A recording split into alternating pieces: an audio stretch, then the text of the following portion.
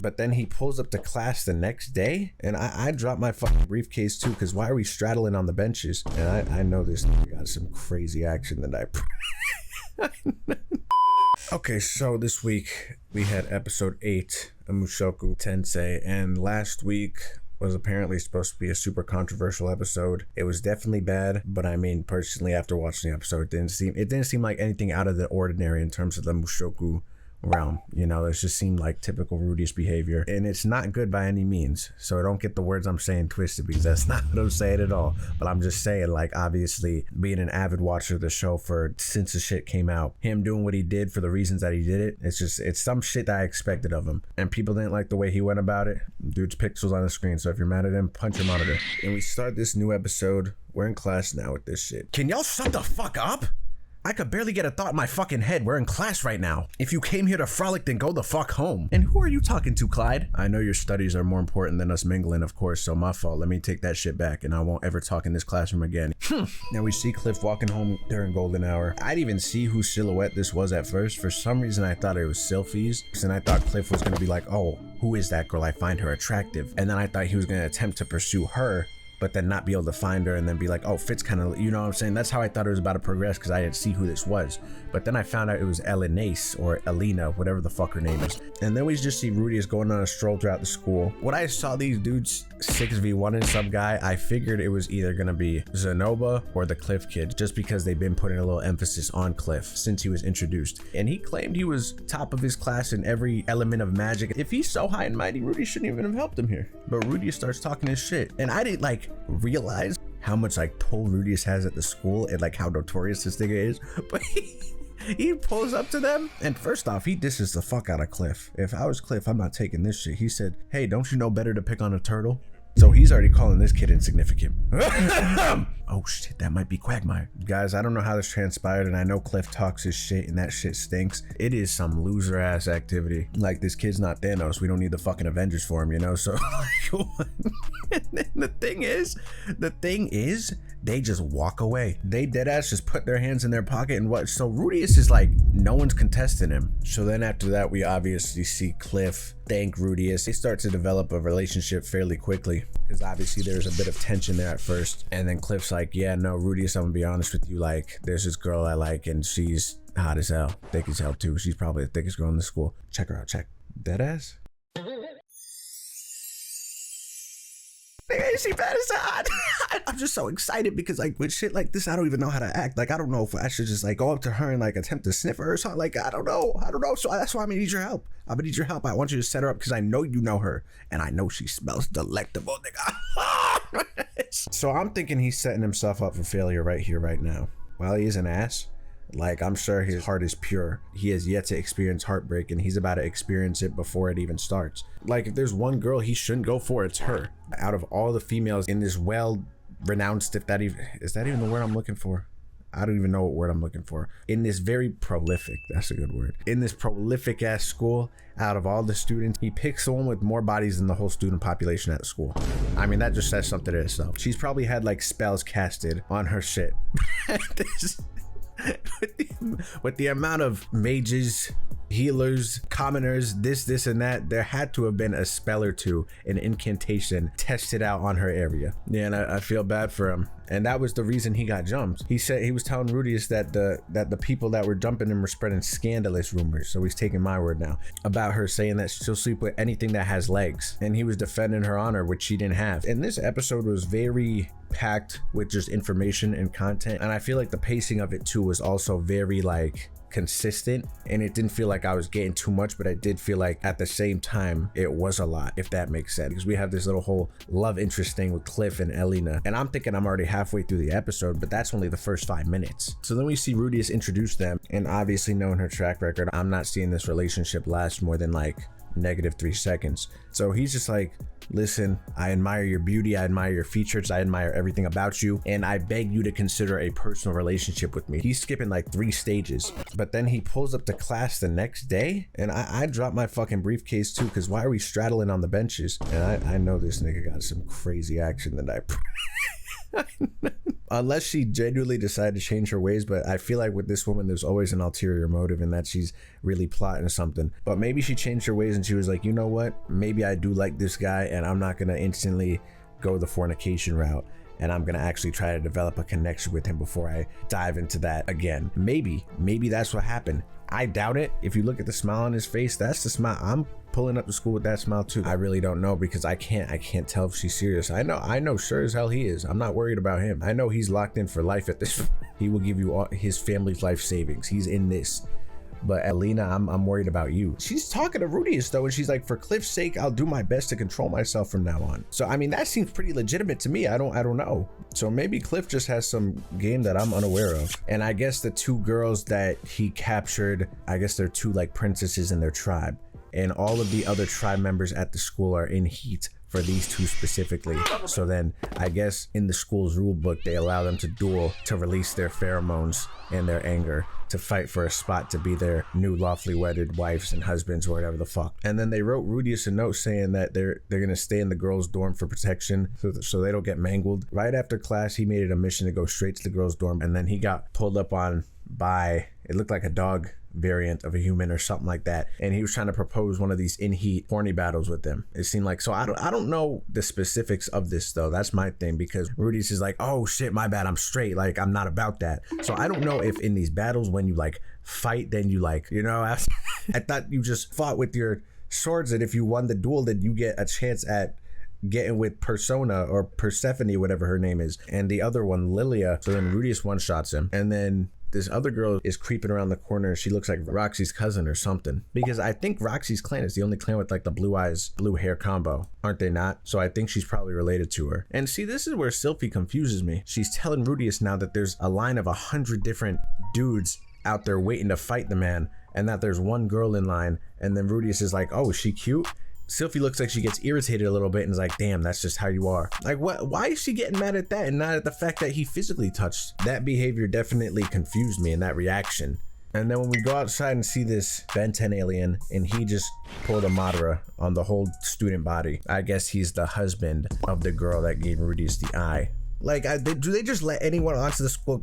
Like, I don't understand. Do they just let anyone walk on campus and do what they fucking please? And while they're waiting for the staff, we see Rudeus talking to him about the dragon god and the man god. And it seems like this guy has some knowledge on them, but he doesn't give him too much information on it. So it'll be interesting to see how that comes into effect later. And the stipulations of their duel are if Rudeus can strike him with his mightiest blow and wound him, then he'll win, and then if not, the Demon King loses. Rudeus starts conjuring up this large ass nail, and I mean, this shit is refined. Look at that point. That's like a sharpened pencil right there. Like, that is like when you put that shit in the sharpener, and he's sharpening it too in real time. You could see him with the rotation, and he's spinning it so fast that it's getting hot in midair. I thought the way this was gonna go, I thought the Demon King was gonna dead ass tank it, because there was a lot of build up to it. Like, we were seeing all the students' reactions, and Sylphie sitting there clenching her purse. He beams that shit to him, and he cuts the nigga in half and severed his arms and everything. I was genuinely surprised, but that's what this show does. Like, they'll hype up a moment and make it like unpredictable whether like something is gonna get accomplished or not. You know, like in a normal like shonen, they could hype up a specific scene and you know how it's gonna play out, because it's just the normal, like the typical way they do it. But with this show, you really don't know how he's gonna take it. Like, I thought he was just gonna get up and be like, you lost a duel, and then swing on him. He still did swing on him afterwards, but I didn't expect him to win. Rudeus, you got the best of me. That shit packed a punch. I mean, let's let out a little cheer, shall we? Let's fucking go, man. I'm Rudeus Greyrat, and I'm him, baby. I'll be signing autographs later. All right, now I'm about to swing. Swing? Who's swinging?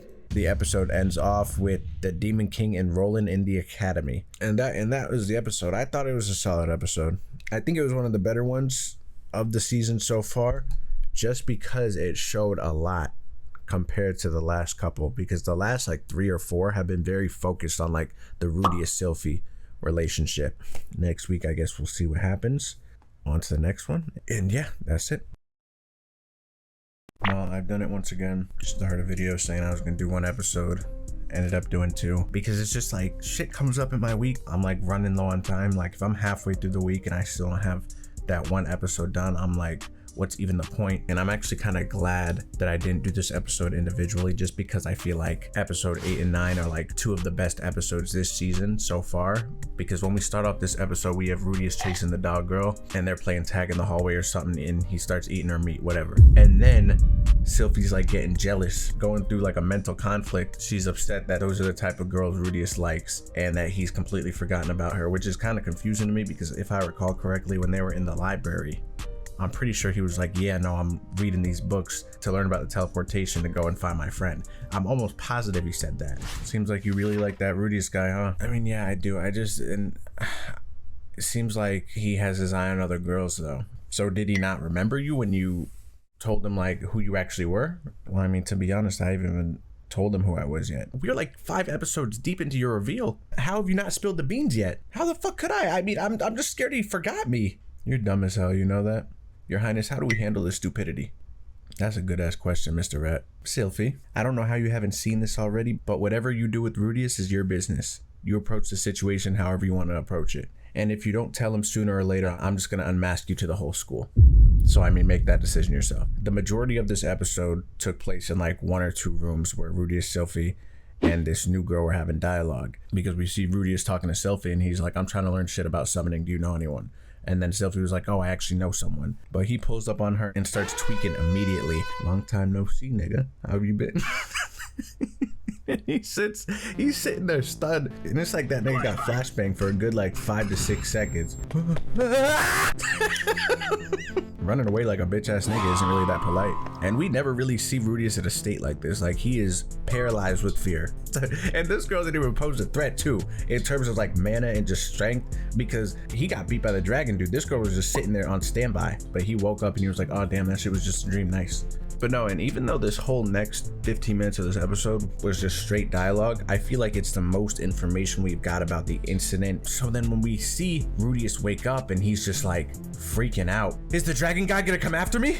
You're tripping, it's fine. He said he wouldn't even kill you unless you made like the wrong move. I don't mean to interrupt and intrude, but how the fuck do you know my man? Man, I don't really know that. We may have met briefly. You had to have done some shit to him. I mean, if you really want me to go into detail real quick, he got violated the fuck out by that dragon god guy. But other than that, we don't know each other on a name-to-name basis. We find out that she's actually from Japan herself, but instead of getting reincarnated, she was teleported. And she seemed like a nice girl. When she took off her mask, she had a like nice smile. She was very like warming, you know. She didn't seem like she had any malicious intent. We just like learn a whole lot about her character. Like, she has no mana. She's been studying at the school, studying like transmutation circles or some shit, and she was trying to also structure a deal between her and Rudeus, because she needs his mana and he needs her knowledge. I'm gonna say it right now. I have friends, right? And obviously with me having friends, I would want my friends to ride or die for me, you know. All of us have each other's back. But by having my back, I don't mean rip the skin off my back and put it on your own type of shit. And that's what Sylphie did. Like, if I was Rudeus and I saw Sylphie react to this banner, I would be alarmed. Because the girl's sitting here and she's like, I'm gonna be honest, when I arrived here 5 years ago, I think I may be the one that caused it.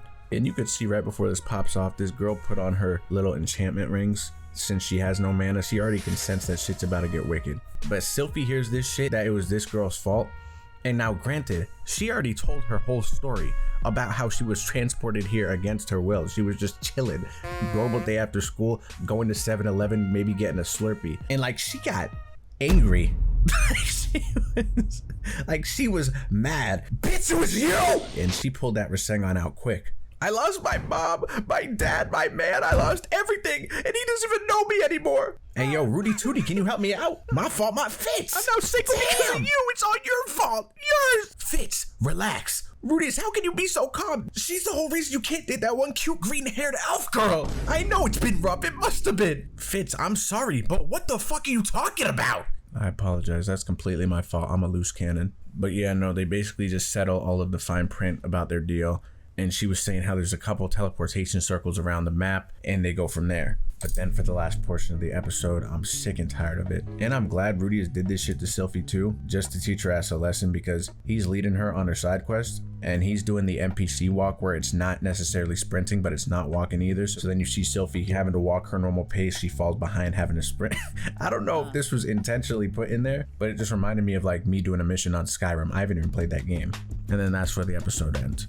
So I mean, it was like third time's the charm, fourth time's the charm, so maybe fifth. So maybe fifth time's the charm where Sylvie will actually reveal herself. I don't know, but I think that was a very informative episode, and I'm kind of confused how Rudeus doesn't see it's odd that Fitz just like blew the fuck up. Like the way quote unquote Fitz reacted to that news was like as if his family and friends got teleported away. Obviously, since they fucking did. Again, that's what I'd be thinking if I was Rudeus. I would I don't know if they're gonna show him next episode pondering about like, damn, why did Fitz react in that manner? Because that is like way out of character for him. Even if he was like just trying to have my back, that nigga had my whole body. So I hope we get get a little look into what Rudeus thought about that, and if not, then it's whatever. I'm hoping, since I think this episode is 2 cores and they're gonna stop at episode 12 and then go on from there, I'm really hoping that at least by that last episode we get like a cliffhanger type of deal. Sylvie gets unmasked and then Rudeus realizes that it's her, and then the camera cuts and then we go into the end credits and then we start the next core of the season, like in whatever scene that may be. I hope, or something. I just hope we get something involving their relationship by the end of this core, because it's gonna get me so aggravated because it's all in her at this point. But yeah, no, I think episode 8 and 9 were sort of equal in terms of how good they were. As I said at the beginning, it's like they just provided different things, but they provided them well. The reason I just like this show so much is I can watch an episode of dialogue in a library and call it like a damn near 10 out of 10 episode. They don't waste that dialogue. Like, it's not stupid dialogue. It's dialogue that, for the most part, half the time is meaningful to the story. So yeah, 2 really solid episodes. Since I'm doing this Oshi no Ko review, and I wanted to maybe start Zom 100 or one of those newer shows and just like get a little peek into it and do a little initial review on it, I'm probably gonna let episode 10, 11, and 12 come out, and then I'll do like a 3 episode video on those, and then hopefully the show goes on break for a minute, and yeah, we will see. But without further ado, if you stayed for this video, I appreciate it, and yeah, on to the next one.